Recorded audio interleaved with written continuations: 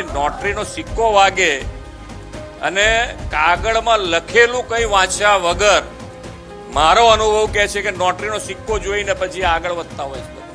તમારો સિક્કો વાગ્યો એટલે બધાને એમ થવું જોઈએ કે ના, હવે આની અંદર કંઈ તકલીફ નહીં જ હોય. આ વિશ્વાસ તમે કાયમ રાખશો એવો મને પૂરો વિશ્વાસ છે તમારા ઉપર.